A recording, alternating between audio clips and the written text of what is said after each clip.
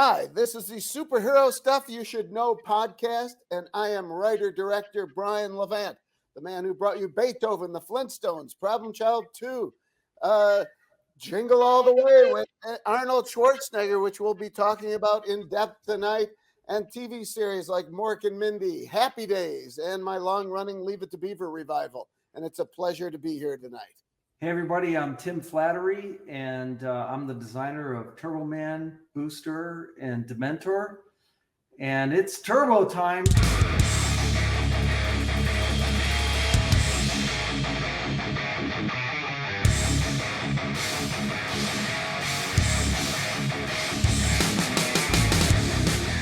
Turbo time. Merry Christmas from all of us at Superhero Stuff You Should Know, and we have two very special guests. This is Turbo Ben, and with me as usual, Andrew all the way. Let's do this. It's Turbo time. Yes. So Andrew all the way. I love that. I love that the best. we have the designer of Turboman himself. On brand. Yes, as well as the director of Jingle All the Way. Welcome, both of you, to the podcast. Thank you. Thanks, Ben. Thank you. It's always good to collaborate with Tim. Likewise. So we're here Yes. to cover the Indeed. secret origins of Turboman, as well as the development of the movie, which we all hold near and dear to our hearts. That I've mentioned to a few people that we were going to do this episode, and universally everyone was just like, "I love that movie. That is the movie I watch every Christmas." And where were these people in 1996? They were the kids in the audience. There weren't many of those either. man. I mean, you can't make a hit just on kids' tickets. Did it no, not do no, well? I seriously. remember it being a big deal in my circles at the time in 6th grade. And that's why you're doing this podcast today. But Yeah, in large, by all accounts, Jingle All the Way was an abject failure financially and creatively. We were ground under the heel of criticism. Yeah. I think everybody was gunning for Arnold, that he was so huge, and we were sandwiched between two films which were beautifully merchandised and campaigns that were planned for years, and that would be Space Jam and 101 Dalmatians, Disney's first live action adaptation of one of their animated films. And Jingle All the Way was kind of like in March of 95. Somebody at Fox said, "Wait a second, we don't have a Christmas movie. Oh my God, let's green light something. Let's get a star. Let's get this thing going. Holy cow, the clock is running." And it was difficult to compete with people whose campaigns were so evolved, where they were everywhere that you looked, and there was no room for us. Our big tie-in was with Union 76 gas stations. Really? Right, I remember. not McDonald's, not Burger King, not Sears. It never went as it should have. But we have been redeemed. and the fact that here we are 26 years plus slightly that we are discussing it at all is kind of a miracle and a tremendous redemption that the audience who enjoyed the film has grown up and grown in number. And I find this with a lot of things. It's like, people, when they reach a certain age, they reach back into their past to try and claim the things that inspired them, that they remember on top of so many other things. And Jingle happens to be one of those. And then a lot of people in your generation are parents now, and they shared the film with their children, and it's become annual viewing. And we just had a beautiful screening. The American Cinematheque, of all places, screen Jingle Thursday night. And a Nice. 7:00 show on a Thursday night. I said, "Who's going to show?" And it was pretty packed. And it was people who really, really loved the film. And and that's not what we were expecting. We were hiding under the couches the weekend in mid-November in '96, you know, and but I always insisted that we did so much right. It is not a perfect film. I think no matter what its cult status today, it still has its issues, but we did so many things so well, considering the time we had, considering the money we had, considering the technology that was available 26 years ago, as opposed to today. This afternoon, I caught up with the newest Jurassic Park film, and it's like they didn't bother doing animatronics anymore. There's no point in building something for two shots. You know, the game is completely changed, and this film would be made so differently today, and as would our other collaborations. The Flintstones movies have been totally CGI'd instead of building bedrock, instead of building the Slayton Company and the Quarry and downtown Bedrock and their neighborhood. You know, you'd make doors today. That's about it. You know. Very true, but I mean, man, I'm just so surprised that it was a flop. I haven't really looked into the box office history of it. In my 6th grade circles, we were all about it, and I had the Turboman at Christmas too. Like I was 12, I was in. Do you still have your Turboman? I don't think I have it anymore, but I had it at the time for sure. And did you get the Funko reissue last year? Ooh. I saw that, but I have not gotten that yet. What kind of Jingle fan are you? I know. Look at this. You're shaming me. I know. I am. I'm shaming you, man. I know. I mean, really. I'm need about mine. to take off the headphones. So Tim is holding up the Amazon exclusive, the Amazon exclusive Funko Pop last year. Last year they re-released the original Tiger Toys Turboman that we thought was going to fly off the shelves, but was still there in March, marked down, and 5 other Funko Pop figures, and you know, it just speaks to its place in the pop cultural ethos, and you know, and the fact that we delivered on what we promised. Really, you know, I love the campaign for the 1978 Christopher Reeve film, "You Will Believe a Man Can Fly." Oh yeah, and that was our goal as well here, and you know, so many elements went into that, but the main thing was, well, we had to design the hottest selling toy in the world and do the TV show that inspired it, and design the world's greatest flying suit, and so that was so problematic. You can't believe all the steps we went through just to get to the design, and it was what I remember. Tim, you tell me, but what I remember is every time we'd come up with something, it was, oh shit, that looks like Dr. Fate. Nuts, that looks like the Green Lantern. No, that's Dr. Doom.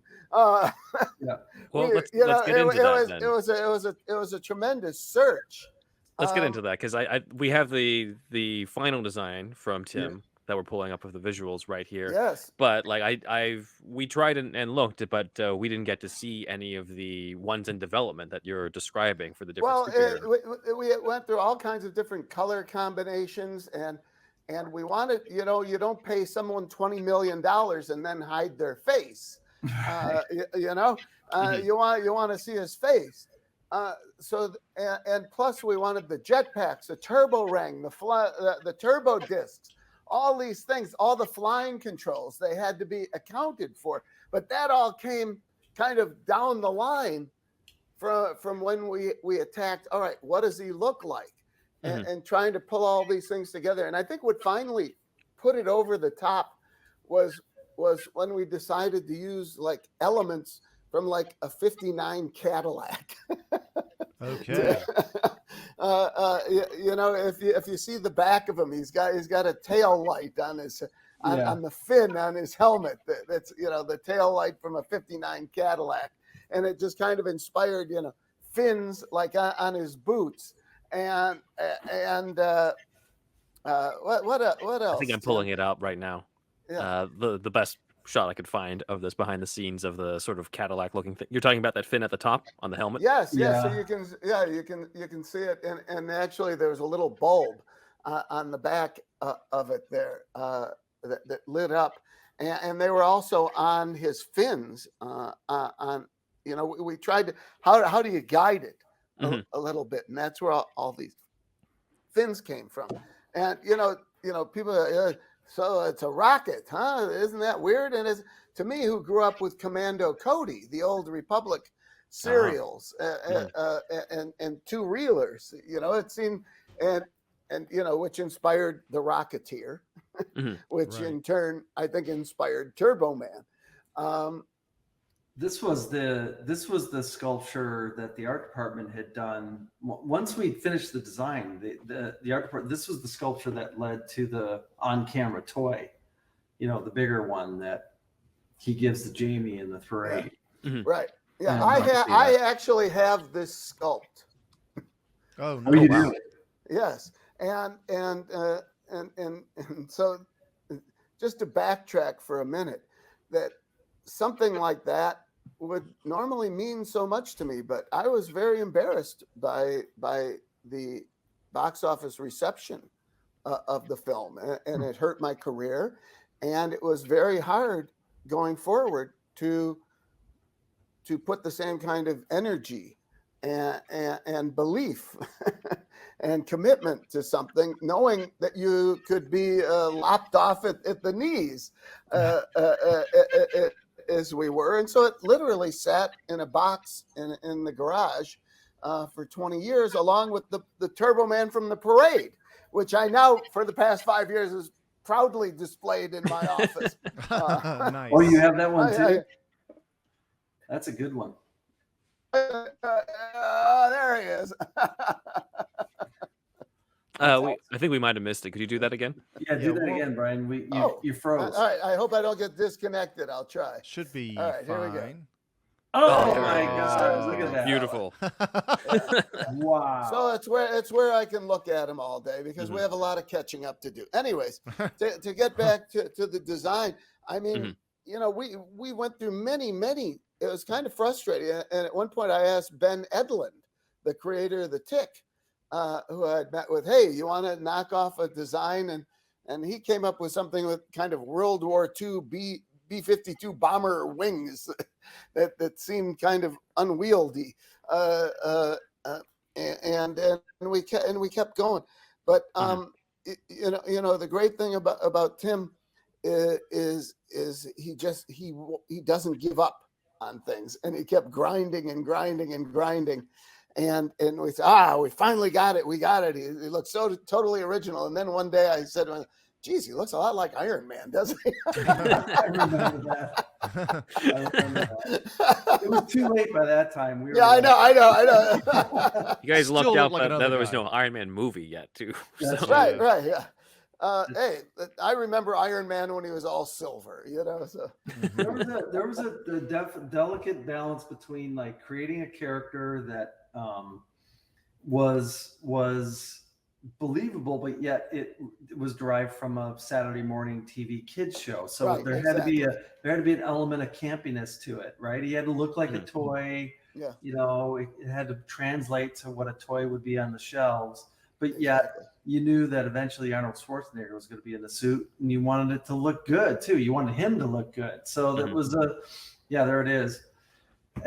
You know, that's a tough thing to do, where you balance out a little bit of camp to it, but at the same time you want to make sure that it's functional, that it's Right. credible, and that it's functional, all that stuff. Yeah.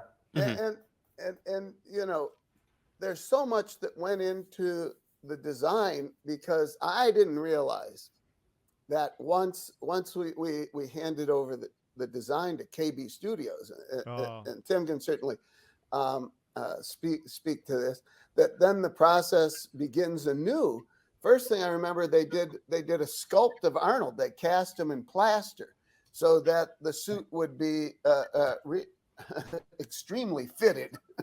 Right. Yeah, and so were you there for that, Tim?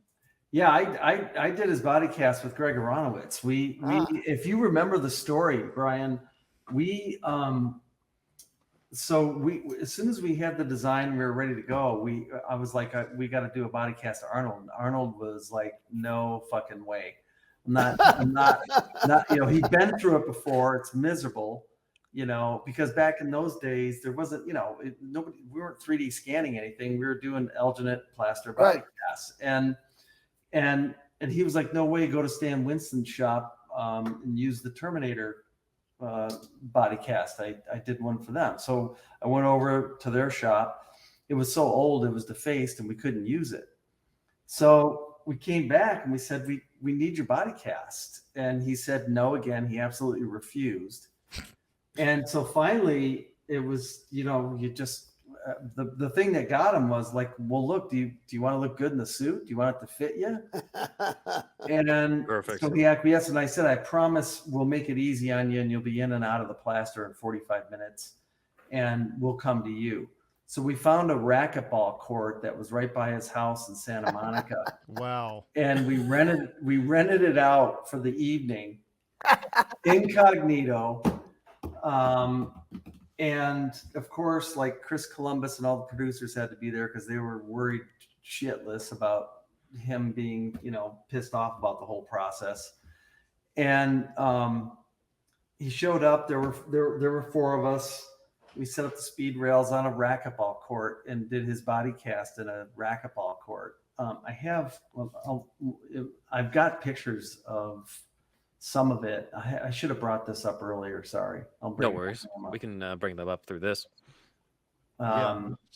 Meanwhile, we're covering them in plaster bandage wrap, and he isn't saying much, but he's got a stogie in his mouth the whole time. Like, never did anything without a cigar. And then came the time where, like, you know, you get to the point where you got to do his crotch. Right. and you know, he's just staring you down because he didn't know me at the time. I mean, we actually became friends 4 months later just from being on set with him that long. But when someone's rubbing plaster on your crotch, yes, you're going to be very friendly. That helped, right? But he didn't even, you know, like, so he didn't know me at the time, and he just stared me down. And so sure enough, then that's when we got to know his sense of humor, because as soon as we started doing his crotch, he had made a bunch of different comments about how people were touching him inappropriately and, you know, taking advantage of his back end at the same time of his front end. And, you know, so his sense of humor started coming out, and it was pretty funny. And then we were off to the races there. Give me a second. I'll try and open this. Cause do you guys have pictures of like the sculpture over his body cast?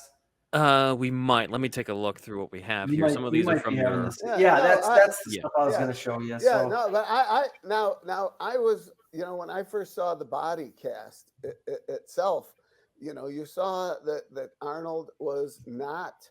I mean, let's put it, his arms and legs were amazing. I mean, he doesn't have veins; he has like snakes under his skin. Yeah, his calves were the most incredible, huge things you've ever seen.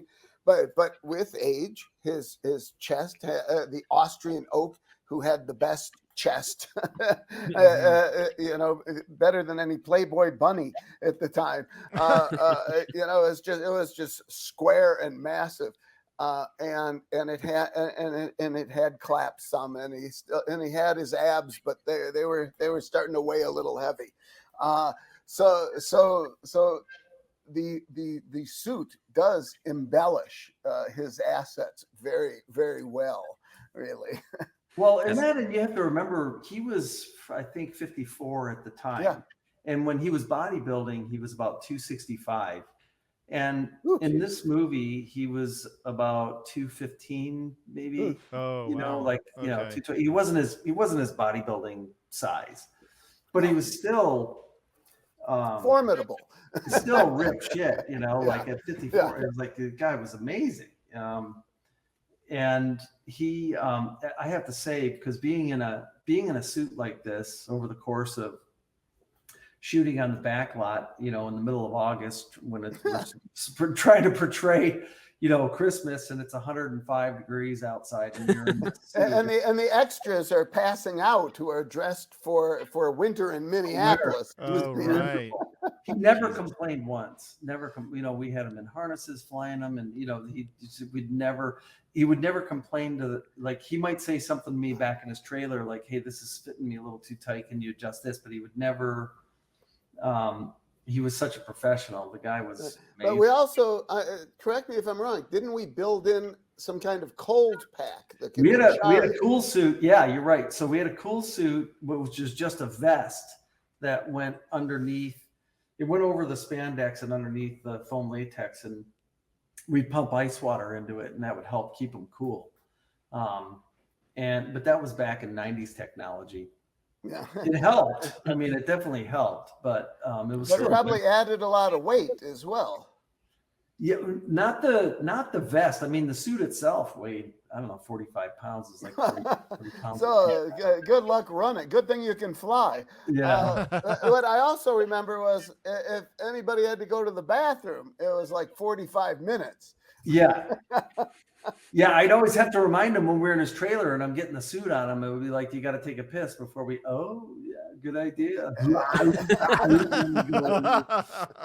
He'd go into his bathroom and do his thing. But yeah.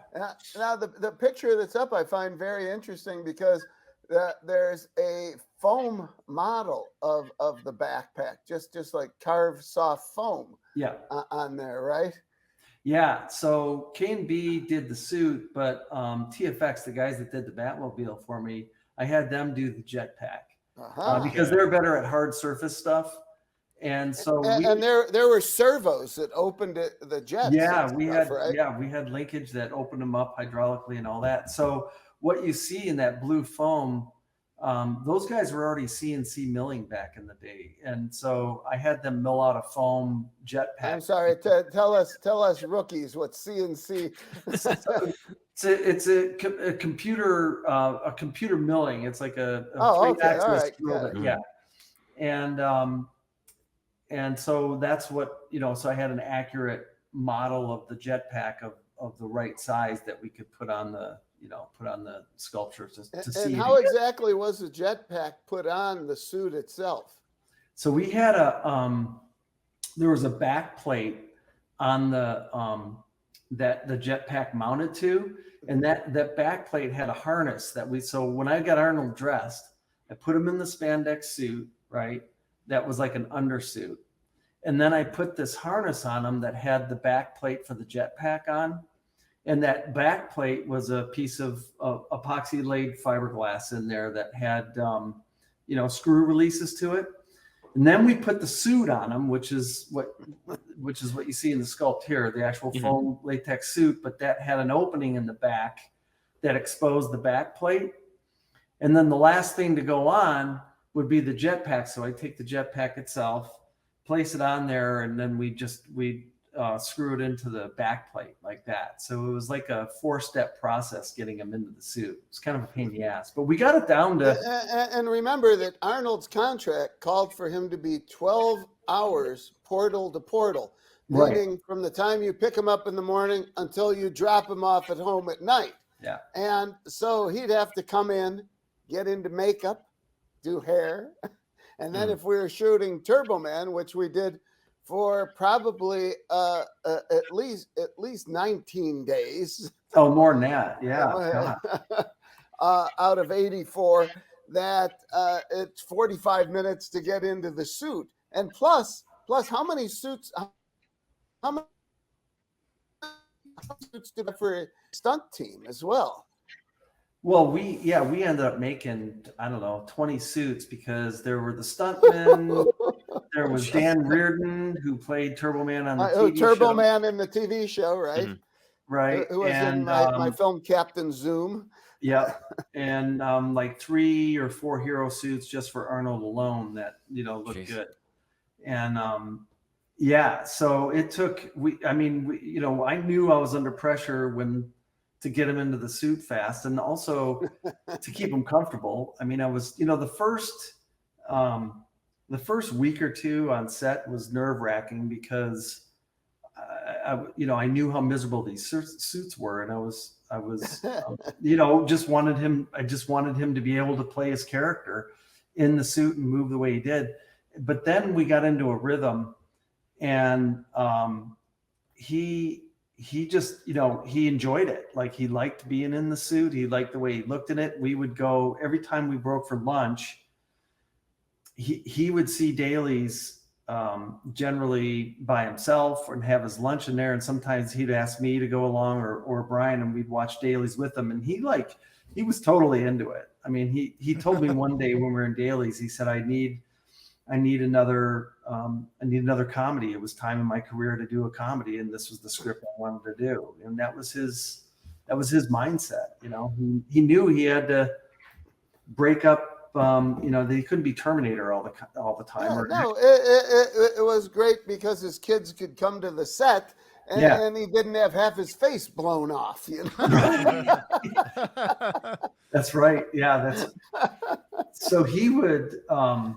If you go back to that, I'll tell you a quick story. If you go back to that one publicity shot with me, so that's Bob Kurtzman. He's the K in K&B. He does great creature makeup effects. He's directed some movies himself.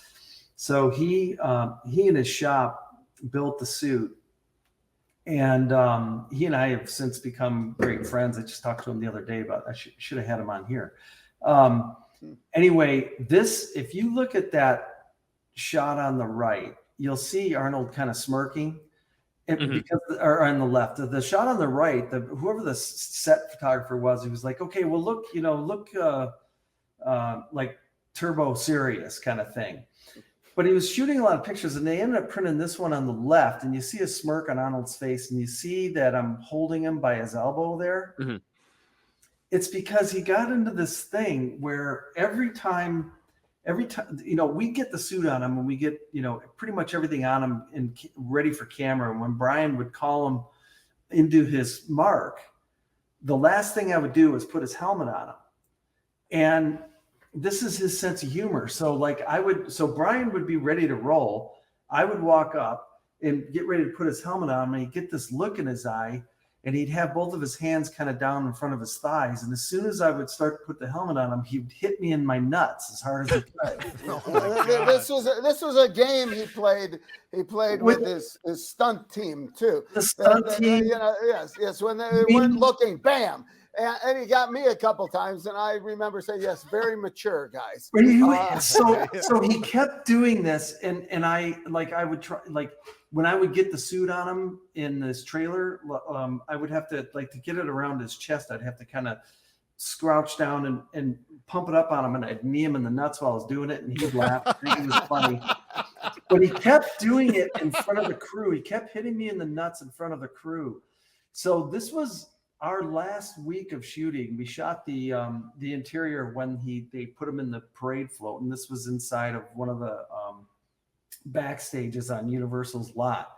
And Brian said to me, he said, "Listen, I need you and your crew to be the guys that try to put the suit on him, because nobody knows the suit as well as you, and so we're just going to put you in costume. Do you want to do it?" And I said, yeah. So you've seen the movie. It's the scene where the guy comes up to him and he's like, "Hey, you're the guy?" "Yeah, I'm the guy." And "Okay, he's here, everybody." And they start putting the suit on him, and he's giving them directions. Do you remember that scene? Yeah, no, it's what leads up to the fantastic third act. Yeah, it leads up to the reveal. Doing the best we can to disguise what we're doing. All the quick cuts. We did about four takes. In the first take, Brian calls action. So it's me and 3 K&B people, and we're, and I'm the one that has got his that basically his headpiece that is gonna, pull it over his head. And so I'm kind of pulling over his head, and the guy's going through his lines, and Arnold's, doing his thing, and Brian calls cut, and he says, "Let's do another one." And Arnold comes to me. This is the last week of shooting. So this is like weeks and weeks of getting kicked in the nuts from this guy, And he says to me, "Tim, he says, listen, I feel like I could talk. You know, you're not being rough enough with me. I feel like if I had to talk, I could talk. And I said, well, what do you mean? And he goes, well, you got to be rougher with me. And I said, you want me to be rougher? And he said, well, yeah, I feel like I could talk. And I'm like, you got it. You got it. And I just waited. I said, that's it. That's my fucking green light. So Brian calls action to go again. And I threw caution to the wind. Action. We walked up to him just as we rehearsed, but I grabbed him by the shoulders and I just started kneeing him in the nuts as hard as I could. We went down on the ground laughing. Cut. And Brian's like, what's going on here? And I'm like, I owed him that. And so he was laughing so hard, he started having tears in his, they had to redo his makeup right there on set. And, Brian, I don't know if you remember this or not, but he had one of his bodybuilder buddies there that day visiting him. Ralph Mueller, who was playing Ralph Mueller. No, you looked at Arnold and Ralph Mueller, 6'10". He was the one who played Conan the Barbarian in the TV version. That's the guy. He was huge. And I'm standing there looking at Ralph Mueller and Arnold, and I turned to somebody and I said, tell me again how we won the war. See, and that guy came over to me. He goes, are you trying to hurt him? Are you like, he didn't know that this is the kind of shit had been going on for a month prior to me finally getting my revenge on him. But anyway, so finally we did it again. We got the take, and that was the one that ended up in the movie. But that was like, oh, wow. That was, so anyway, so going back to this picture on the left. So after our last day of shooting, we were doing these photos. It was the still photographer, and there were publicity shots for it and all that. So the reason I wanted to tell you that whole story is you see I'm holding his elbow, right?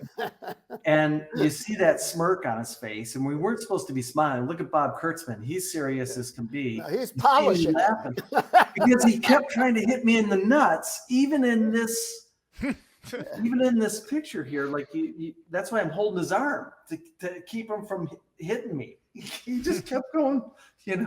So anyway, so that was his sense of humor. He was a 12-year-old kid trapped in a 54-year-old body. Oh my God! Amazing. Yeah, in a lot of ways. No, he was a lot of fun. We had fun. I always remember Arnold, complaining about the minutia of cinema photography, the measurements, the hitting the marks and stuff. And I always delighted whenever executives or agents would show up on set. They go, the bottom feeders are here again. I remember him saying those things. Yeah, I remember. Yeah.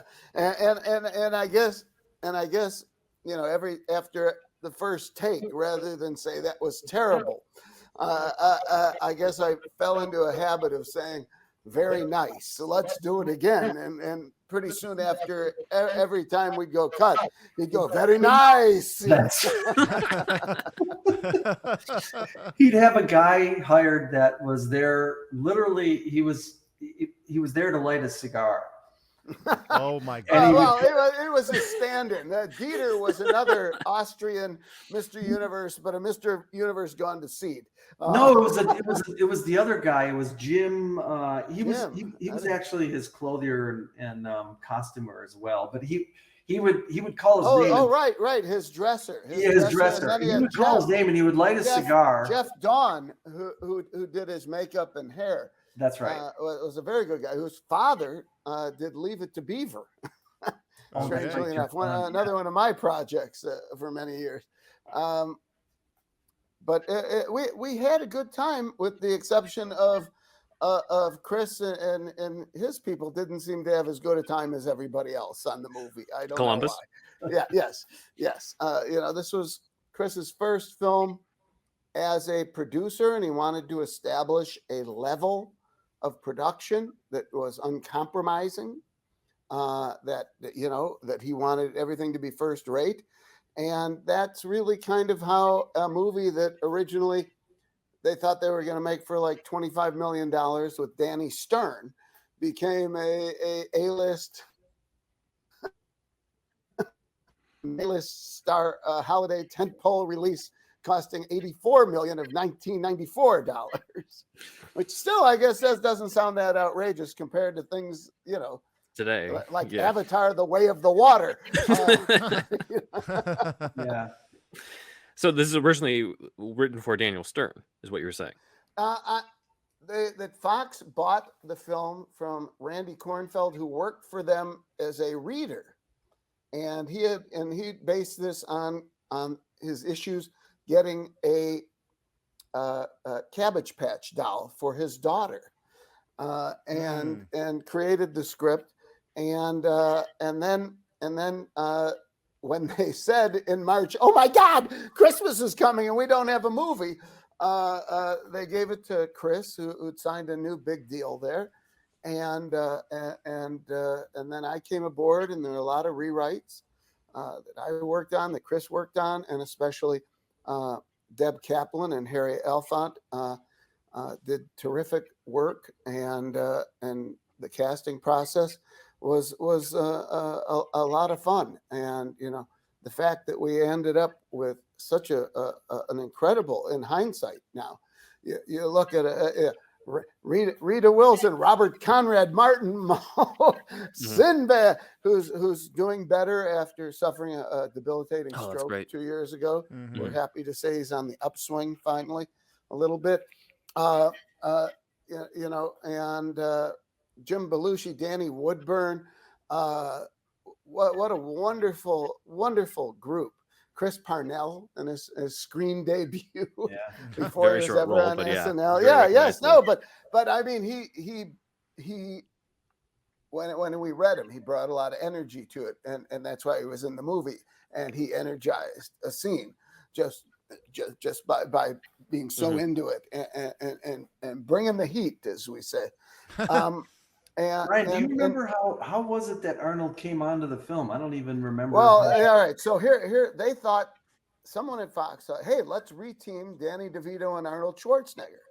But rather than offer them the movie together, first they got Arnold, and then they went to Danny, and Danny said, I don't think so. For the Sinbad role. Exactly. Yes. Okay. So the smarter move would have been, okay, if you guys do it together, we'll spray you with money. But they did, they didn't do that, which is really not smart, to tell you the truth. It made it much easier for Danny not to do the film. In any case, so we read a lot of people for the part of Myron, the unbalanced mail carrier, and I really love Sinbad because it brought some much needed diversity to the film, that his comedy was strong, and he brought a big audience with him, and that he was funny. He was funny, and he was the same size as Arnold. Arnold fighting, over a phone in a diner with Danny DeVito might have been funny with somebody, just Michael J. Fox or somebody. It just looks like he's pummeling somebody. So I like Sinbad because he was big too. That's a great point. It seemed like a fair fight in a lot of ways, especially when he's Dementor at the end. Yes. Which we should talk about the Dementor costume as well, because that was a lot of fun, with the brain suspended in liquid and the dome on his head, which is kind of stolen from Green Lantern at some point. I remember things like that. Or maybe it was the Guardians of the Galaxy. The original Guardians, not the Marvel ones. Yeah. No, the ones from Green Lantern. I see what you mean. Yeah. Those Guardians. Those Green Lantern Guardians. Yeah. Yes. I can say these things on the superhero stuff we'll you should know.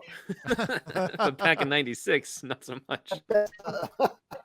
That is superhero stuff you should know. And it's usually my line. And the demon team that Tim did. It probably isn't thought of it as much, but it was really great how we were able to make one costume in 6 different colors. Yeah. You know, and the design was just threatening enough to make every little person stuntman look menacing. You know. Yeah. That and Booster. Booster. Now Booster we had fun with. Nobody right? likes you, Booster. Nobody likes Booster. Yeah. Well, but- how about this? We do usually take a break in the middle, so why don't we catch up on those other characters that Tim helped design after the break? Just wanted to announce that I have a new podcast called Gaming Gaiden. It's about Japanese to English translation. In this first season, it will be 10 episodes each season. If you saw the ranking, every Superman video game two-parter we did here on Superhero Stuff You Should Know, you have seen Mike before. So yes, if you like video games, if you've been interested in Japanese ever, we're going to be talking a lot about just Japan in general, Japanese cultural differences as well, and we also are going to have a lot of talk about 90s video game magazines such as Electronic Gaming Monthly, aka EGM. So stay tuned for Gaming Gaiden podcast. It's already out now, y'all. I wanted to tell you about the patreon.com, patreon.com/superherostuffpod, and on that you get the $1 tier. You can join the $1 tier, which gets you the shout out on the board, and either visually or orally, or both at times. We want to do the oral for the most part for newer people. And then the $5 tier gets you a whole new show. This show is every Monday, as you well know, and it's free on YouTube and the What's Nots. And the Patreon show is every Friday at the $5 tier mark. You can, if you want, binge us for $5, and there's like 150 episodes, almost 150 at this point, and you can, listen to all that content there. Even the stuff that's been released from the vault, none of that has been the full episode as well. So, trying to keep our $5 tier people happy. But yeah, check that out. And then our $10 tier gets you all of the above, plus it gets you a monthly meetup show where you meet up with us monthly, and it's like a Zoom-like call, and we have a topic at hand, or sometimes videos we react to and things like that. And that's at the $10 tier. Every tier that you get, like the $5 tier gets you the $1 tier benefits, and the $10 tier gets you the $5 tier benefits and the $1 tier benefits. So check that out at patreon.com/superherostuffpod. We also got the merch, which is Redbubble, superhousepod.redbubble.com, and on Threadless, superherostuffpod.threadless.com. Get your Bin Man and Indeed Wizard mug, shirt, shower curtains, and all the rest artwork by Stephen Santa Cruz. And please send us some audio at superhousepodcast@gmail.com. A bumper would be great. You too can be part of the show. I'm Thunderwolf Drew on Instagram and Twitter. Thunderwolf Lives is my other YouTube channel, one of my many YouTube channels. And I have also thunderwolfdrew.com has my whole portfolio in one place, except for amanorecon.com. That's AMANORECON.com. And that is an original idea that some friends and I are doing, where it is R-rated Power Rangers meets Stranger Things. That's the quick pitch, and it is not a fan film, original idea. We have a pitch video right now on YouTube and on the Indiegogo page. We're campaigning right now as of this, when this episode premieres. And this poster art is by ZacharyJacksonBrownArt.com. And check it out. Please support us on the campaign, and more from that soon. But yes, it's bloody, and if you like that kind of thing, check us out. And that's it, Ben.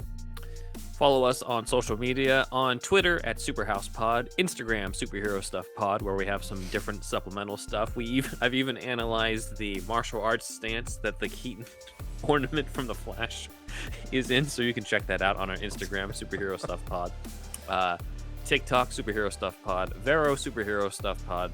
My website is benwanwriter.com, where you can read a whole bunch of spec scripts, including Gotham, Vampire, Elementary, The Death of Sherlock Holmes, and Curb Your Enthusiasm, Disneyland. If you're fans of any of those shows, check them out and let us know what you think.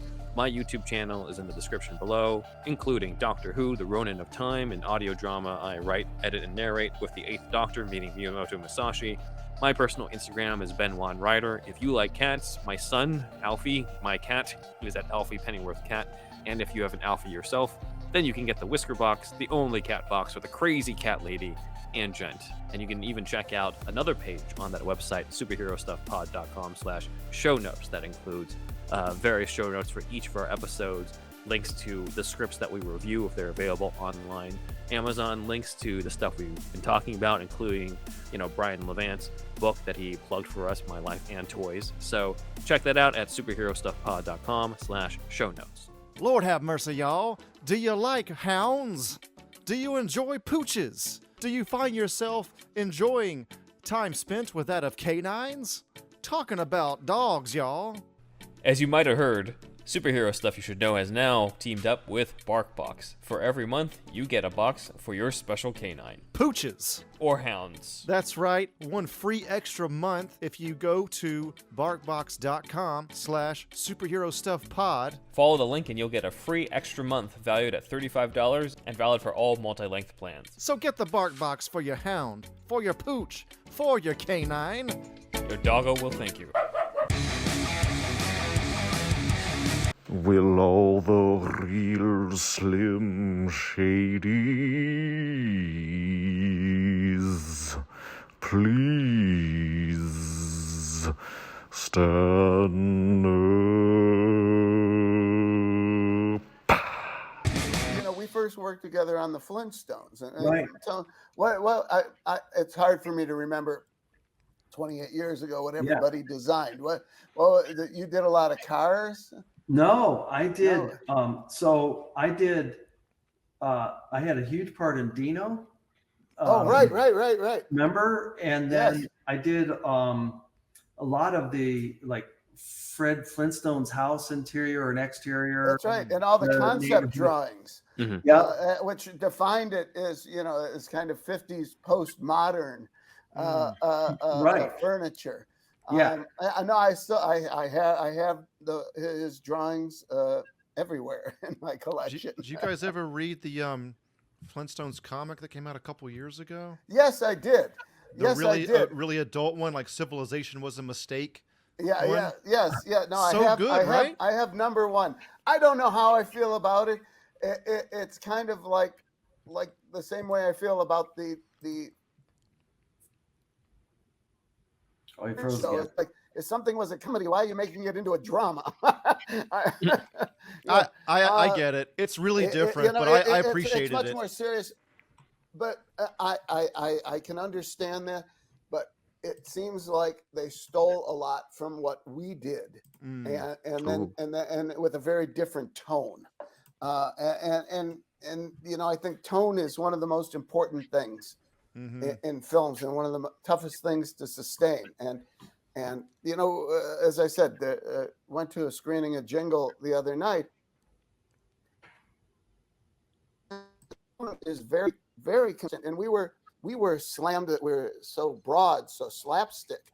But I don't see that. We have a tone that is consistent to provide the world that this story exists in, and everything it's not like anything doesn't fit in that world. It's all very much part of the same world we created, and that's why I think the criticism is very unfair.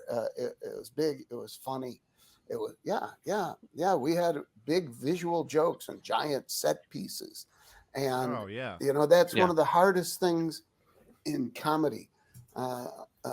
To attempt and sustain and succeed in, and I really finally after a quarter of a century more, I finally believe that we achieved that. And it's terrible that you have to doubt your own taste, So once again, I'm very grateful to the audience like yourselves who has grown up with the film and embraced it. I remember I was getting into movies around that time, like a little bit. I mean, I was 12, but the process was starting. Yeah. And I remember everybody liked Space Jam, and just because when you brought that up, I was like, I didn't never really like that movie that much, but I remember really liking Jingle All the Way. If you look at Space Jam today, I don't think people would. It's almost like culturally, the movies have changed Switched. places. Exactly. That Space Jam isn't what you thought it was when you were 9, and Jingle All the Way is a lot better. Yeah, definitely.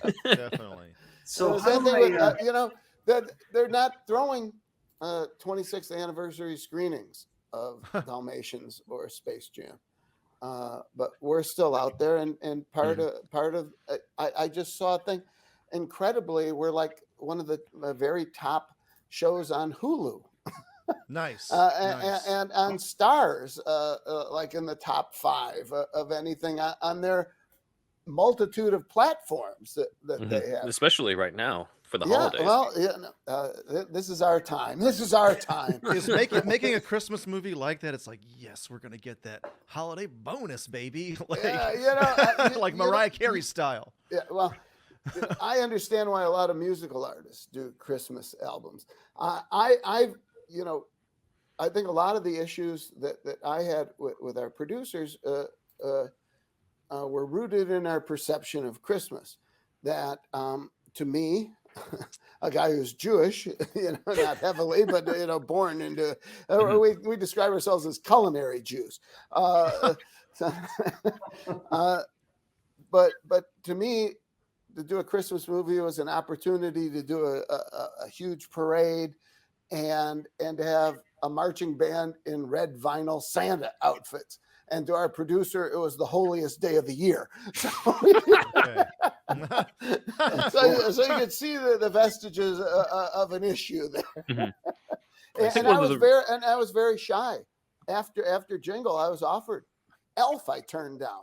I turned down several. Yes, I turned down several holiday films because I just came to the conclusion that people like me who don't have any skin in the game shouldn't make Christmas movies. And then I was at breakfast with one of my old high school friends and his son and his then girlfriend, now wife, and I said, I said, what are you doing? I said, I just got offered A Christmas Story 2 over at Warner Brothers, but the Jews shouldn't do Christmas movies. And she looks at me and says, but Jews wrote all the good Christmas songs. And it's true. Irving Berlin wrote White Christmas. It goes on and on and on. Rudolph the Red-Nosed, all of them. Except for the Chuck Berry one, Run, Run, Rudolph. They're all written by Jews. And I said, you're right. And I did the movie, which is actually trending on HBO Max now. But it made me very shy of entering the holiday movie sweepstakes. Once again, I try not to think of Jingle All the Way as a holiday movie, but I guess there's no way around it. Oh, it definitely is. It definitely is, yeah. Yeah. Oh, let me have my dreams. Well, it becomes a superhero movie in the last 30 minutes. There you go. To me, see, when I first received the script, it opened with a very different opening. It opened with the production line of the toys. And this is where, as a toy collector.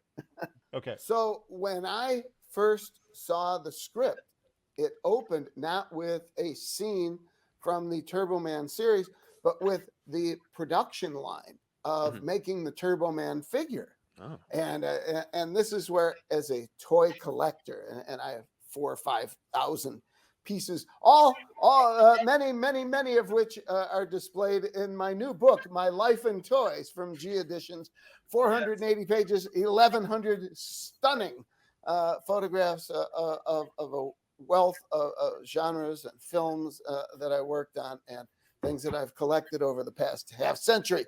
But getting back to the subject at hand, which was what? It opens with the production line of Turboman. Yes, and so what very quickly was that it takes 6 months to get a toy into production. So the film would have had to have been done by the time we would have been able to shoot that stuff. Today you just fake it. And so we had to change gears, and originally it was written that the conclusion of the show was inside a warehouse, and I started thinking about, holy cow, how are you going to fly somebody in a warehouse? You know, you're going to have, it's going to be impossible. And we moved it out to Vasquez Rocks, which was where we shot the Flintstones neighborhood, and you've seen in dozens, scores of sci-fi films, Star Trek, Westerns, and it's within the zone, the 30 miles between from Sunset and Vine. Imagine a circle around that of 30 miles, and it's within the zone. It makes it accessible for local crews, and it is beautiful and distinctive because the tectonic plates, the things that cause earthquakes within the ground, at some point burst through the ground very dramatically and are stunning and beautiful. And we played it as another planet. And Turboman came to rescue the president and his family from the evil genius Dementor. Right. With Dan Reardon. There it is. There we go. Here's Dementor. That's Richard Mall of Yeah. Night Court. And for Batman fans, is the voice of Two-Face in Batman the Animated Series. Is he? Oh, wonderful. And that is also Justin Tanner, I believe is his name. The little boy who was the star of my Problem Child 3 movie, which aired on NBC. The whole opening was really kind of my, quote, stock company. Harvey Korman, who'd been in both Flintstone films, Lorraine Newman, who was in the Flintstones, and in my first film, Problem Child 2, Justin Tanner and Richard Mall, who I first worked with in 1980 or 81 on the Bad News Bears series. People that I trusted and loved, and Dan Reardon, who had been Captain Zoom in my adventures, Captain Zoom in Outer Space, played Turboman. For the same reason he played Captain Zoom, because he had that beautiful voice. Yeah. And was 6'5". Yeah. And a square jaw. Yeah. This like Bob Kane drew Batman. Yeah. Yeah, for sure. So, Tim, do you want to talk about what the development was for the design for Dementor? Yeah. So Greg Canham Creations built Booster and Dementor here, both for Richard Mole and Sinbad. And Booster was actually the puppeteer played Booster, except for the scene where I forget the Curtis Armstrong. Yeah, Curtis Armstrong. Except for the scene where Booger from right? Revenge Yeah. of the Nerds. And so it was really like Booster was pretty much what it was in the script. He was a pink saber-toothed tiger, and so that was easy to design because I mean the script with a jetpack. Yeah, exactly. How do you attach it? Look at it. There's no shoulder straps there.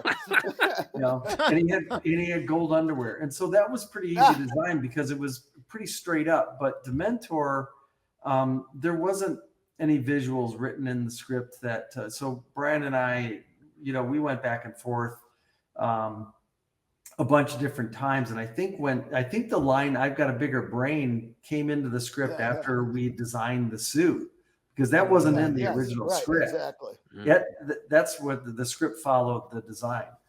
And so this one, most of the money went into the Turboman suit. It was a tight budget for these suits.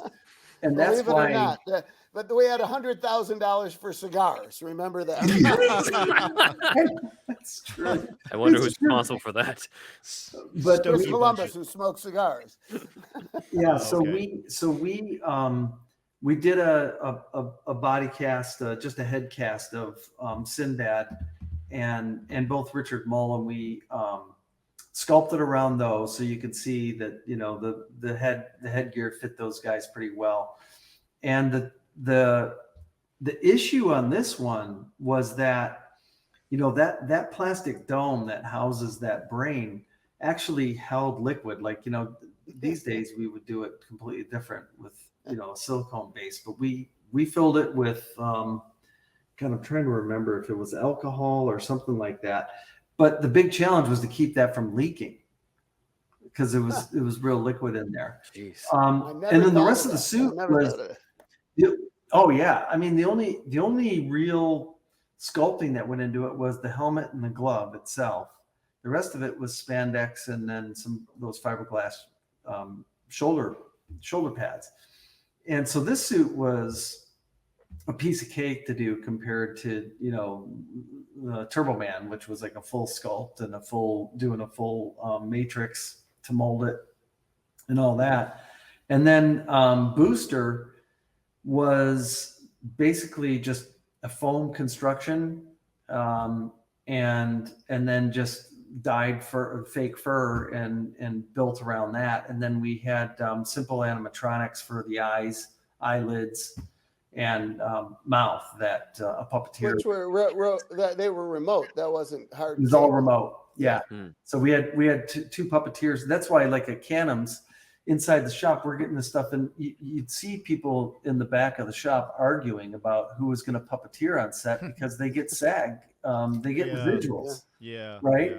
And so, I didn't realize this at the time, but it's like death match for puppeteers on who's going to get assigned to set. Definitely. Right? Because serious business. It's a serious business, and it's something as simple as moving some eyes and blinking them on a pink saber-toothed tiger was a big deal because it was a huge paycheck for those people that got it, and also the guy that was inside the suit. And so I got a little taste of that at Canham's, and so they did that at the same time that K&B was doing. And I'm sorry, Tim. How did they get the contract? Did they bid it, or did you find them? Yeah, so I found them. So Jeff Dunn, originally I wanted the Greg Aronowitz who did Arnold's body cast with me. I wanted him to do the Turboman suit, but he didn't have a formal shop at the time. And Jeff Dunn, who was Arnold's makeup Right. artist, at the time was like, "Hey Tim, maybe you should check out K&B." And this is how I got introduced to K&B. I had known a bunch of the other effect shops from like the X-Files feature and some other things that I'd done, but I hadn't worked with these guys before. So, but I knew Canham, and when I went through K&B's shop, they were already doing 2 shows at once, and I didn't trust that they could do all the suits. I would have rather them, just one shop do all the suits. So they, because of one of the sculptors they had, Giovanni, who was an amazing guy, and then a couple other guys they had in their shop, they got the Turboman suit. And then with Greg Canham, his shop manager, a guy named Keith Vanderleen, lobbied hard for it. And I was going to end up going with ADI, a different shop, but he came in at a really low price and promised the world in delivery, and he pulled through. He did it. He delivered it. So that's why Greg Canham is a Academy Award winning makeup effects artist. The guy is incredible, but Walking Dead, right? No. Yeah, No. I met Greg Canham actually. Yes. I worked on he did the Mrs. Eyes of Tammy. Doubtfire. I did the Eyes of Tammy Faye with him. Oh, you did? Okay. Yes, I know Greg Canham actually. Yes. Yeah, he did yeah. Mrs. Doubtfire, won the Oscar for Mrs. Doubtfire. Amazing. For Chris Columbus. Which is Chris Columbus. And Yeah, but you know he's what, cool. Brian? Chris Columbus didn't give those guys, him and Mark Radcliffe, they didn't care who did the suits. They didn't care that I figured Greg Cannon would be a shoe-in. They didn't care. And so anyway, They only cared about Christmas. Exactly. So anyway, Did they make booster toys, by the way? Were those on the shelves? Those were on the shelves in the movie, but never commercially sold. Okay. Nobody would want However, should someone want a booster figure, please contact Rumor Skywalker, RUMOUR Skywalker, on Instagram, and he arranged to have all of my original figures scanned, and with a partner, they do beautiful 3D Print? printed, Uh-huh. beautifully painted, and what do you call it when the arms move and stuff? I forget- what's the word? Articulation. Articulated figures, which Mhm. ours were not. I got you. You see, there's no shoulder. There's Yeah, no. we don't There's see no. that here There's on this. nowhere for the arms to move. However, his characters, and he has Turboman, Booster, Dementor, and the Demon Team available. And Nice. it is, you're paying a nice price for it, but you're getting something unique and sculpted from the original. oh, that's cool. That's awesome. So I should say the Demon Team. I was buried now by the time we had. Your And- nuts were just sore at this point. Yeah, so I had called a guy who was just genius. I worked with him on Back to the Future 2, and he was an art director up at ILM. His name's John Bell, and I called him up and I was like, John, can you help me out? I'm doing Jingle All the Way, and explained to him what was going on. And literally in a couple of the drawings, he had, I gave him like what Brian was looking for in the Demon Team, and in a couple drawings he had nailed these guys, and so Canham's shop built these as well. And I somehow I don't have the drawings that he did for him, but anyway, so it was John Bell that helped me out here with the Demon Team. Guy's amazing. Like, he's the guy that did all the hoverboards and Back to the Future 2, and Awesome. Oh man. like all the, like, he was like the main visualist for Back to the Future 2. And most of the stuff that you see in there was John Bell. So anyway, he did me a solid by helping me out on this one. That's cool. Yeah, no, the faces are great because they are threatening, Yeah. and robotic, and I love that we went for like the Power Rangers. Everybody's a different color. Definitely Yeah. things like that. Yeah, definitely. Well, when you're The creating evil a Power toy Ranger. line, that's Yeah. collect all four. Yeah, definitely. Mhm. Well, again, you're trying to balance between like a campy TV show, which is where they Right. came from, right? And Yeah. so And a he, low budget one at that. a low budget, yeah, exactly, right? And yeah, so he nailed it. And those guys, again, like, you're looking at these shots, and I remember this like it was yesterday. It was so hot on the back lot of Universal, and like Brian said, there were extras passing out because they're dressed in scarves, winter coats, hats. Oh, It's my 105 God. out there. Gloves, boots. And these guys, like, wearing these helmets, and in these were thick jumpers that they're in. They were dying too. Like, they were. I remember Sure. they had these buckets of sea breeze, soaked rags, where they would just like stuff them down their suits to try and cool them all off. So anyway, Amazing. That's awesome. Oh man. Andrew, did you have any other questions for these guys?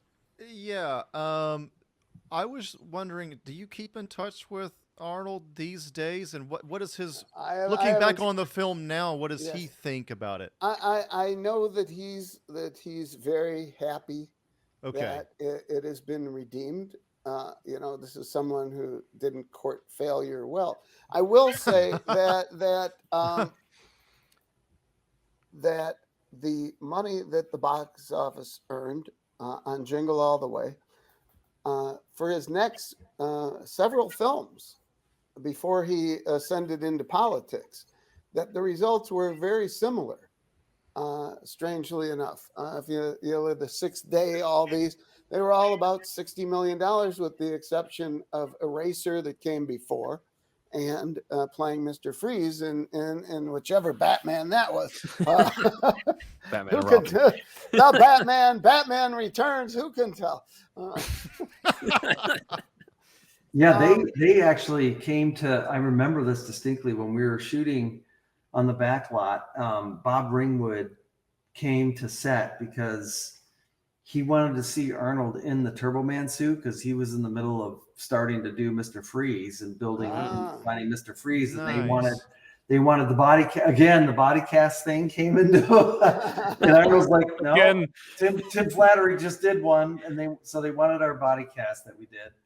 Okay. Oh, that makes a lot of sense, actually. Yeah, and I remember Bob, and I knew Bob from the other Batmans. I knew him well, and he came to visit the set, met with Arnold, and the three of us were talking. And then Arnold, he was in the Turboman suit, and he turned away and he walked away from us. And Bob looked at me and he goes, "You know, you did it. That looks like a cheesy toy."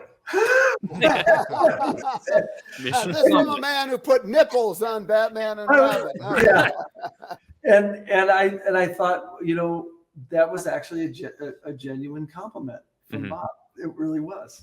Yeah, That's cool. he was funny. You know, it wasn't. He was actually. Yeah. I'm sorry. Did he do the first Batman?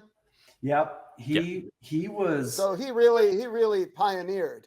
He pioneered the foam latex, and the second one, you know, redoing that's why that suit on, you know, Michael Keaton looks better, because Michael Keaton is claustrophobic and refused to have his head cast, and that's why in the first Batman you'll see a big gap between the cowl and his cheeks. And they were able to dial that in for the second suit. And that's why you see the second suit in Batman Returns fits him a lot better. And then in Batman Forever, it was Joel Schumacher that wanted nipples on that suit. Not I had a feeling that's what you were going to chime in with. Yeah, that was all Joel. He was all about it. But Bob was man, what a talented dude that like just knew his shit. And you're right, Brian. He pioneered like the foam latex superhero suit. That was him and his crew. No, without him, you know, the biggest advancement is, you know, like the George Reeves suit. Exactly. Right. You know, like some spandex or whatever. Oh, you know, before they even had spandex. Right. Yeah, he was before spandex. Just cloth over muscle. Yeah. So it's the foundation of that. Mr. Freeze after that, and then went on from there. I mean, he immediately went from Jingle to Batman. Well, the Batman, and I will point out that because Batman took so long to shoot, that there were kickers in his contract that gave him extra money. So he was hired for $20 million and ended up clearing $28 million. Nice. Oh, because they went over as Mr. Freeze. No shit. Jesus. That's interesting. Did he go straight from Jingle All the Way? And then froze. Yeah, he did. He did, Andrew. Directly from, yeah. Okay. Actually, I believe they had actually started shooting. They did before we wrapped. Oh, Yeah. wow. Yeah. Okay. Got it. Yeah, That's they were in interesting. pre-production the whole time we were on the backlot at Universal. Like the last Okay. month we were shooting Jingle. They were well into pre-production, and they started in on the Mr. Freeze suit before we even wrapped. Okay. That's why Bob came over and visited. You know. Yeah, I know, Tim, you were telling us last time how you turned down Batman and Robin. Yeah. And You were working done. on this. You And were losing your mind, you said. we were like, you But dodged a bullet. But Tim, you designed the second Batmobile, didn't you? Yeah, I did. The Batman Forever one, yeah. And for Batman Forever, and so they're bringing up that they called again for Batman and Robin, and I was like, I can't do that again, man. So already did. I have to ask you, what is your favorite Batmobile? Well, that's a tough one. Okay. For the feature, my favorite Batmobile overall is obviously George Barris's, the Adam West Batmobile. Classic. All right. The Futura.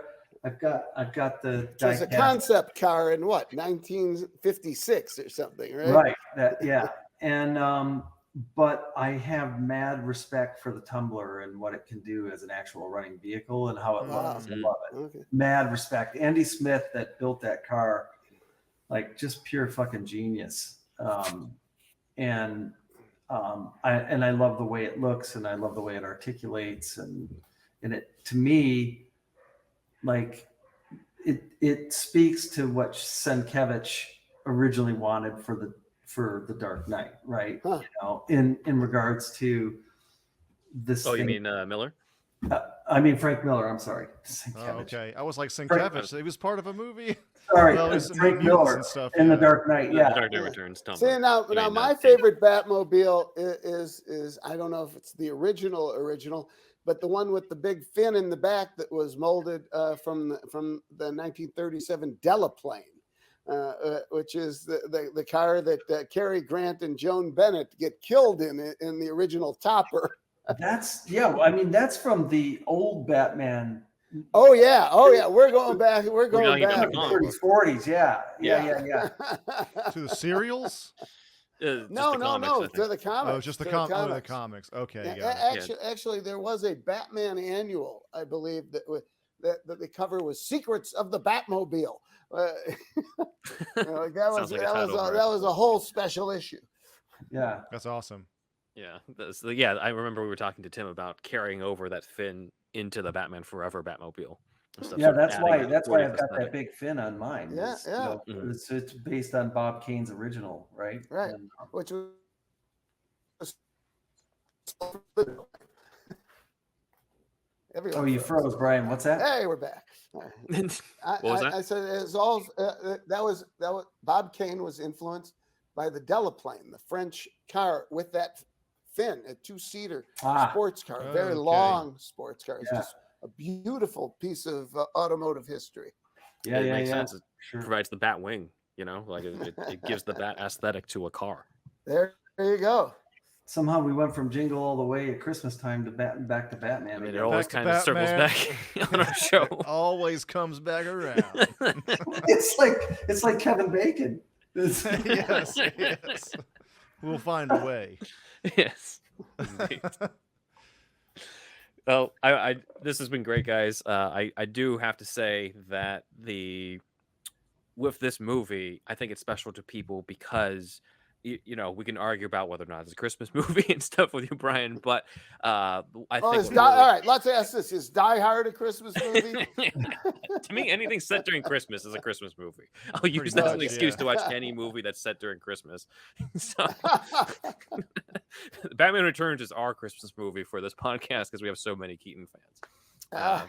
But for this one, I think what makes it really special for the fans of this is that third act where it becomes a superhero movie and it's basically you become a superhero for your kid, a dad becoming a superhero for your kid. And I think that's what really comes together for all this. That's what really sticks with you. And I think I know you were mentioning earlier, Brian, about critics were criticizing the tone and stuff, but it's really you set up a world where you can have a dad become a superhero at the end of that movie. And that's why it works for us. That's why all these people are showing up for these anniversary screenings for you and stuff, is because it means something special to them.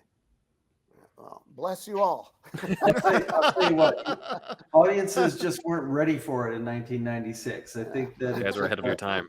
I think it's the new generation to see the movie, because I got to tell you, Ben, when we went to the screening and the movie finished, I liked the movie and I was really proud of it. I was really proud of the work that we had done on it and how fast we did it. There was a time crunch in this movie that was insane. I believe post-production was 12 weeks. Normally on a film like this, you'd have about 28 weeks. Oh my God. Just to finish your cut. That was till to put it into the theaters on schedule. Like I said, It's like someone at Fox looked at their watch and said, "Oh my God, we don't have a Christmas movie," and we were jammed into the chamber into the world. I think, like with my generation, we were already teed up also with Kindergarten Cop. Like that was the movie that they would wheel in with the TV to watch in the classroom when the teacher was hungover that day or whatever. It's so not we a watched a lot. Yeah, we watched a lot of Kindergarten Cop, and it was just like, oh, this is the next comedy for kids for us with Arnold in it. Yeah. Although I would argue that Kindergarten Cop is far too violent to be a family. I saw it. The third act is like ripping people's heads off and stuff. I saw it so many times. I think in school too. Like I don't know, but yeah, it was the 90s, I don't know. man. Different time. In today's world, where you got armed people walking into schools with guns. Yeah. I don't know if it would pack the same punch with parents. Nah, it's a different world now. That's true. But different time. But I think yes, it is. This holds up because there's Jingle so much All the Way's time. That's what I love. Yes. And I also think people can relate more. Like we've become arguably even more cynical. So the sort of cynical take on Christmas kind of just really holds up now, where you're like, you know what? That is true that this is a stressful time. It is true that you're going to be fighting in fist fights, at the local Walmart over an action figure or something like that. I remember that stress back when I was raising my kids, and it's real. There's no doubt. Like they asked for something for Christmas, and I remember that feeling of it was life or death to pull through for them. They wanted that one. You don't want to disappoint. You don't want to disappoint your kids. You don't want to disappoint your kids. You don't want to disappoint your audience. And now I finally feel that we've succeeded. been redeemed. Yeah. Brian and I were talking about this on the phone a few months back when he was calling me about his book, and it had been which features some of Tim's work in the Jingle chapter. That's awesome. And I thank him for that. I think in the Flintstone stuff too, maybe. Oh yes. And we were talking about this, and just like how we feel redeemed about Jingle, and that the fact that it's like a cult classic, I guess maybe is the best way to put it. I think it's actually gone beyond cult now. Now it's just a holiday classic. Is it a classic on the level of It's a Wonderful Life? Who was critically and financially shunned in 1945 and has become a holiday perennial. I don't know if we're on that level, but we have an audience and people love it and people watch it every year. And I never would have believed that there'd be marathons and anniversary screenings and new lines of toys, and that the Turboman would finally, 25 years later, be the hottest toy in America. You know what's funny, Brian? I get more emails about asking for a signed Turboman print than I do Batmobile prints. Really? That's for real. Wow. It's true. Like there's more kids that will Turbo fans than Bat fans. Amazing. They want a signed Turboman print. Over for sure, because still people find you and they find your website and they can email you from there, and it's pretty funny. And that's when I realized not that I'm getting a bunch of hits or anything, but that's when I realized in my small own little world that Jingle All the Way it's for real now. Yes, it is. I just noticed I do have Turboman on the cover of the book too. How about that? Where? I didn't notice. Where? Right next to Gumby. I believe that's one of the slots. I filled the slots in the original. This is the cover of My Life in Toys is a satire, more or less, of Sergeant Pepper, and every figure in there is as close to the original person as could possibly be in the toy world. and I believe that where Jingle or Turboman is positioned is one of the 4 photos that the people whose images they used refused to be part of Sergeant Pepper's. I filled them in anyway, so I could get 4 more in. I see him back there now. Yeah, he's under the A and the N. Who's in the Aleister Crowley position? Wait, who? You'll have to be more specific. That was like this occult guy that they put on. Yeah, no, Sergeant but what Pepper. role was he? Oh, I can't remember. I thought maybe you would know. I think he may be. I think he may be the Quaker Oats man. Oh, really? That makes sense. That actually is perfect. Yes. Perfect. They look about the same. Yeah, all right, then I think I got it right. It's a great book and a shitload of writing that Brian did. I don't know how long you worked on it, and dense, man. It's thick. It's like a holy mackerel. It's a coffee table book the size of a coffee table. Yeah. That's awesome. Yeah. Oh, you have Awesome. I hope people Noid check there it in the out. bottom. Yeah, I see the There's a lot noise. of gems here. Yes. That's awesome. Oh man. All right. Well, So it's on Amazon and all that? Oh yes, Amazon has the lowest price I know of. So go there. Okay. You'll there we get go. fast delivery. Go ahead and for check in that time out, for guys. Christmas for the collector in your life. My Life and Toys, Brian Yes, indeed. Levant. Mhm. It's for real. I remember the first meeting I had with him at his house, and I just went, "Holy shit!" How? And this was in the '90s. I was like, Oh yeah, there's a lot more since then. I was like, I thought I had a problem, and I walked into Brian's house, and I think this was, this was in the '90s. We met about Jingle. This was, and it was after the Flintstones, and I was just like, holy shit! And he had like every Flintstone memorabilia before he did the Flintstones in there. That's how I got the Speaking job. of Flintstones, I have a really dumb question about the Flintstones before we're out of here, but Well, then maybe you I gotta shouldn't say, ask every- it. All right.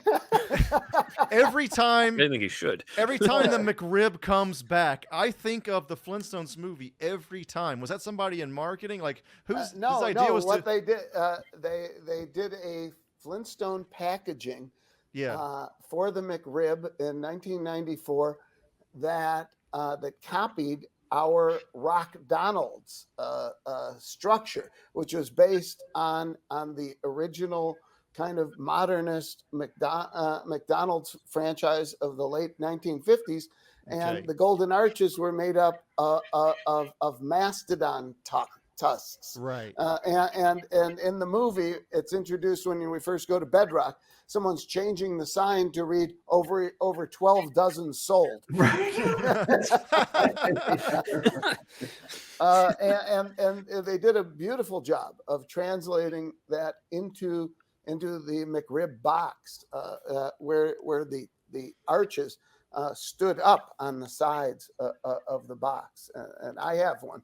It's in the book, but Yeah. you know, that was a great thing about the Flintstones. Was the merchandising was immense and successful, and like Jingle, everything came from our designs. They didn't make stuff up; they took it organically from the film, and the same existed with Jingle. We just didn't have the same number of promotional partners or the kind of campaign that was so well thought out and executed on the Flintstones, and that's why we really did come in a distant third in that family film competition in November of '96. Oh, man. Right. Well, I'm glad I asked. Actually, that was a great answer. I just, even though it was maybe a dumb question, but No. just every time the McRib is back, there's something in the back of my mind that's like that was in that Flintstones movie back in the day. Flintstones. Not in the Flintstones, but in the packaging. I mean, the packaging. My association is so strong.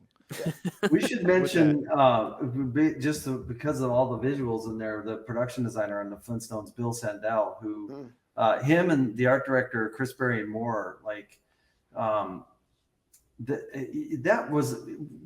everything in that movie was designed and built. It was all 6,000 sets, costumes, cars, and props.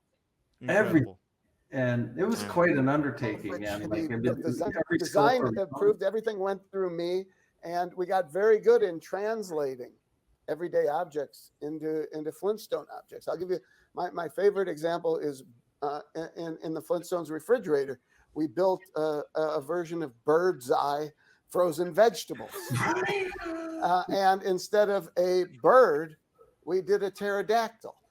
You know, we did, you know, for example, everyone had a watch, and Fred had a Mondavi inspired sundial on his wrist. You know, we took the design of the era and subsequent and translated it into Flintstones, and the art department was amazing, and on both films, what we attempted to do and succeeded really was amazing, and you know, to work with such talented people in the art department. If I never left the art department, I would have been very happy every day, because that's where the creativity was, and that's why it's such a pleasure to work with people like Bill Sandell, like Tim, Chris Burian Moore, all those guys. You know, everyone was so talented and so into it, and we had a great time.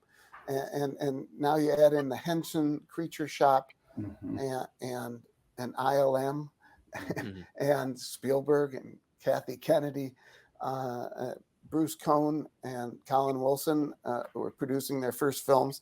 Now, you know, 20 years later, I say they both had Best Picture Oscars on their mantles, and I was still doing adaptations of Hanna-Barbera stuff.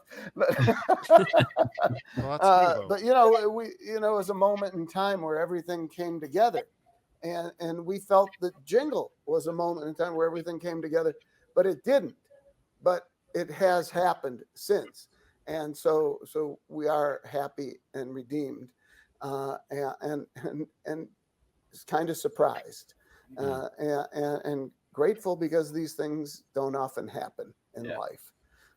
And the fact that I've got my Turboman sitting there, where we had a lot of catching up to do after he was stuck in the garage for over 20 years.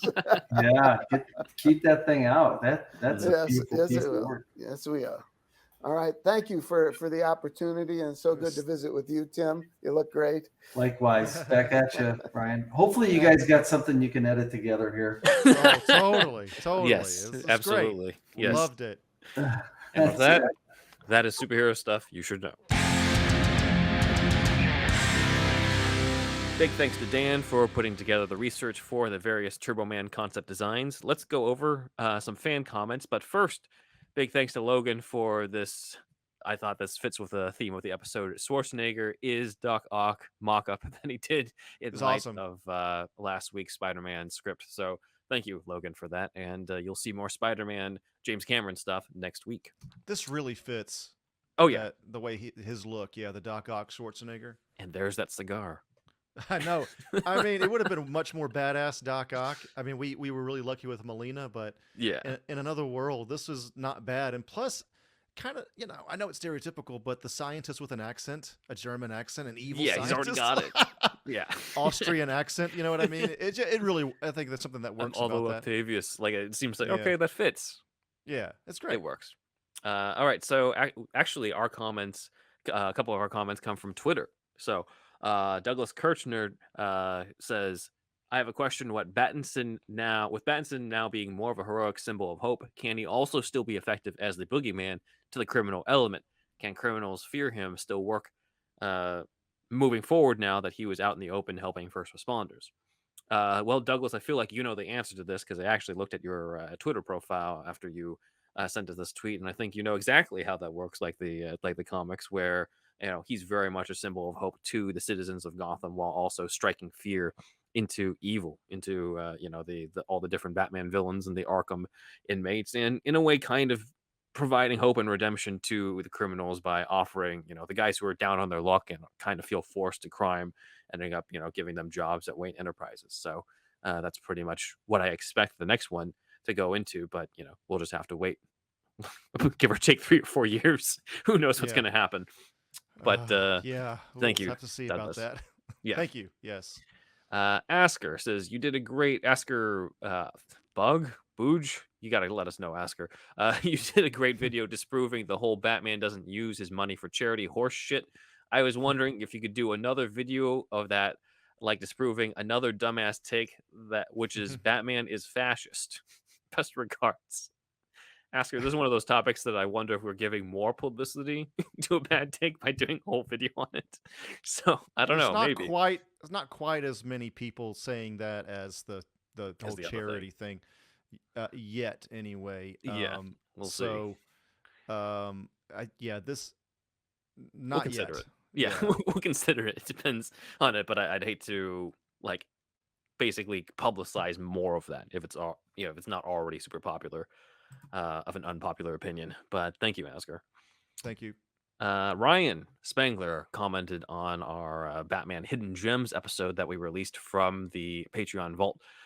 Any of the Royal McGraw and Anderson Gabrick stuff from the early 2000s has always gone under the radar, in my opinion. There are lots of emergency/drawer stories in there where they just had to publish something, but they're really fun. Stuff like Hush Returns is a blast, especially the floppies on 2000s DC newsprint.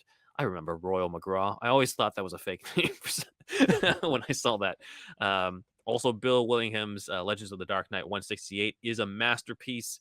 Batman falls off a building, hits his head, and forgets who he is. He wanders Gotham, getting his ass kicked as he starts piecing it all back together. I won't spoil it, but track it down ASAP.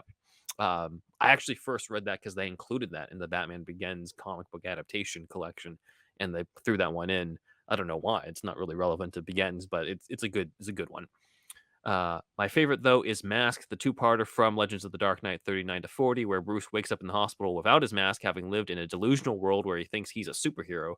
Stop reading after the first part if you really want the ending to trip you out. It took me years as a kid to find the second half, so it always ended perfectly with 39. Enjoy.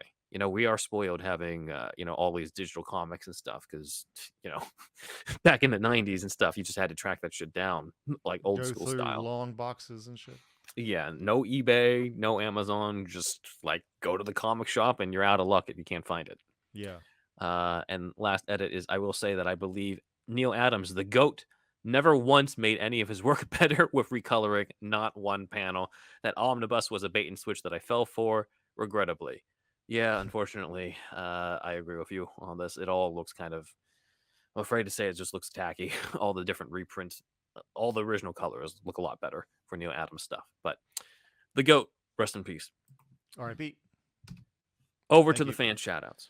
Okay, we want to thank everybody on the board, of course, but some of our more recent people, of course, which would be, let's go with Billy L., Yusuf A., Kevin R., Derek O., Mark M., Renee V., and Braxton W.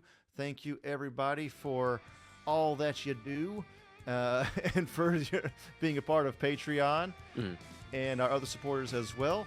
I think that is it. We want you to do us a favor. We want you to tell all your friends about it.